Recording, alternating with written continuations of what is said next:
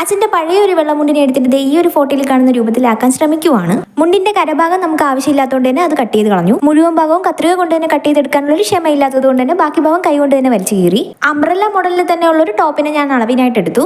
അളവ് മാർക്ക് ചെയ്യാനായിട്ട് എൻ്റെ കയ്യിൽ ഉണ്ടായിരുന്നത് കറുത്ത പേനയാണ്. അതുകൊണ്ട് തന്നെ വളരെ ലൈറ്റ് ആയിട്ടാണ് ഞാൻ മാർക്ക് ചെയ്ത് പോയത്. അതിനുശേഷം മാർക്ക് ചെയ്തതിലൂടെ തന്നെ ഞാനൊന്ന് കത്രിക ഓടിച്ചെടുത്തു. കട്ട് ചെയ്തെടുത്തപ്പോൾ കഴുത്തിന്റെ വലിപ്പം കുറച്ച് കുറഞ്ഞു പോയി. പിന്നെ ഒന്നുകൂടെ കഴുത്തിനെ ഒന്ന് കട്ട് ചെയ്തെടുത്തു. ബോഡി പാർട്ടിൽ തന്നെ അഡീഷണൽ ആയിട്ട് ഒരു ലെയർ പോർഷനും കൂടെ വേണമായിരുന്നു. അതും കൂടെ കഴിഞ്ഞപ്പോഴത്തേക്ക് നമ്മുടെ മുണ്ടിന്റെ കാര്യത്തിൽ ഒരു തീരുമാനമായി. പക്ഷെ മുണ്ടിന് ഒട്ടും കട്ടിയില്ലാത്തതുകൊണ്ട് തന്നെ നമ്മൾ ലൈനിങ് ഇട്ടേ പറ്റൂ. കഷ്ടിച്ച് ഞാൻ ആ മുണ്ടിൽ നിന്ന് തന്നെ ലൈനിങ്ങും കൂടെ ഒപ്പിച്ചു. കൈക്ക് വേണ്ടി പഴയൊരു പട്ടിന്റെ തുണി എടുത്തു. പിന്നെ എൻ്റെ ഒരു പഴയ ടോപ്പിൽ നിന്ന് ഈ കുഞ്ചലവും വെട്ടിയെടുത്തു. മെഷീൻ ഇല്ലാത്തത് കൊണ്ട് തന്നെ കൈത്തയ്യലേ ശരണം. അങ്ങനെ ഞാൻ തയ്യലിലേക്ക് കടന്നു.